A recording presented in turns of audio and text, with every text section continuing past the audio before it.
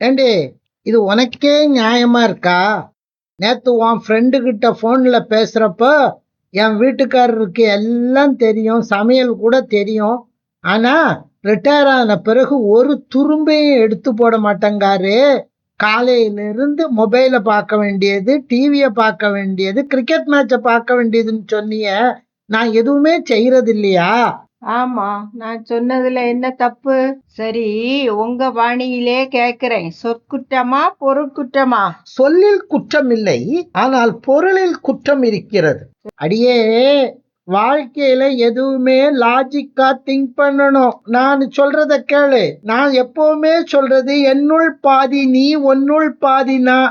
சரிதானே? அப்படி இருக்கிறப்போ நீ எந்த வேலை செஞ்சாலும் அதுல 50% நான் செஞ்சது மாதிரி தானே அர்த்தம். இதுல என்ன தப்பு இருக்கு? நான் எங்க உனக்கு ஹெல்ப் பண்ணாம இருக்கிறேன்? தினமும் நான் தான் 50% ஹெல்ப் பண்றேன்னு.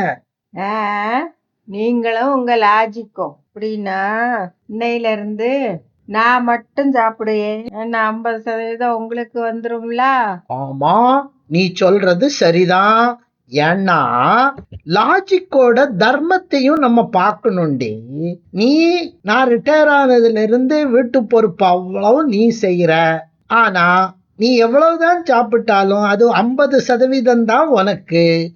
அப்போ உன்னை அறகுறை வயித்தோட விடுவது எனக்கு நியாயமா படல். ஆனா நீ என்ன செய்தாலும் அது எனக்கு வந்துடுறதுனால நான் கொஞ்சமாச்சும் சாப்பிட்டாதான் உனக்கு 50% வரும். அதனால அதுக்குதான் நான் உன்கிட்ட திருப்பி திருப்பி சொல்றேன். தோசை வார்க்கிறப்போ என் சைடுல நீ எண்ணெயோ நெய்யோ ஊத்தாத. உன் சைடுல 50%க்கு நீ நெய்யும் எண்ணெயும் நல்லா ஊத்து. அப்பதான் மொறு மொறுன்னு வரும். நீங்களும் உங்க லாஜிக்கும் தான். அதை கேட்டா பட்டாப்ல.